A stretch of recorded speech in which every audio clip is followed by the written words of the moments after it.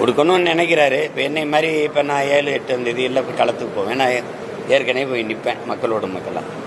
அவரால் போய் அப்படி நிற்க முடியாது, பிரச்சனை இருக்குல்ல. அவர் போய் அங்கே நின்னா பாதிக்கப்பட்ட மக்களின் கூட்டம் விட அவரை பார்க்கணுங்கிற கூட்டம் அதிகமாக வந்துடும்.